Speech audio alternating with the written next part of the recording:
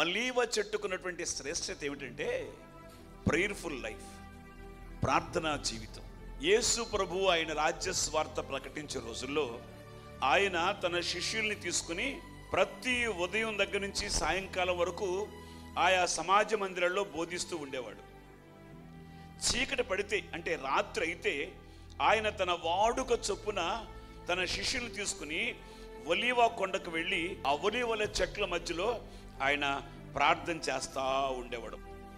మందిరంలో ఉన్న మనం కూడా దేవుని వాక్యాన్ని వింటున్నటువంటి నీవు కూడా ఒక మాట చెప్పాలి. ఇప్పుడు నేనైతే వాళ్ళు ప్రార్థన చేసుకుంటే నాకే, ప్రార్థన చేసుకోకపోతే నాకే, వాళ్ళు తింటే నాకే, తినపోతే నాకే, నేనైతే నా దేవుని మందిరంలో ప్రార్థనా భారం కలిగి ఉంటాను.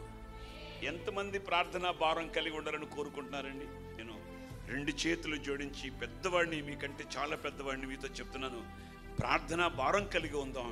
పరలోక రాజ్యానికి వారసులుగా నిలబడదాం, ప్రతినిధులుగా నిలబడదాం, ప్రార్థనా భారాన్ని కలిగి ఉందాం. 2 చేతులు జోడించి మరొకసారి మీతో చెబుతున్నాను, మనం దేవుని మందిరంలో ఉన్న మనం ప్రార్థనా భారాన్ని కలిగి ఉందాం, ప్రార్థన అనుభవాన్ని కలిగి ఉందాం, ప్రార్థన ఆసక్తి కలిగి ఒలీవ చెట్టు వలె మందిరంలో ఉందాం. దేవునికి స్తోత్రం కలుగునుగాక.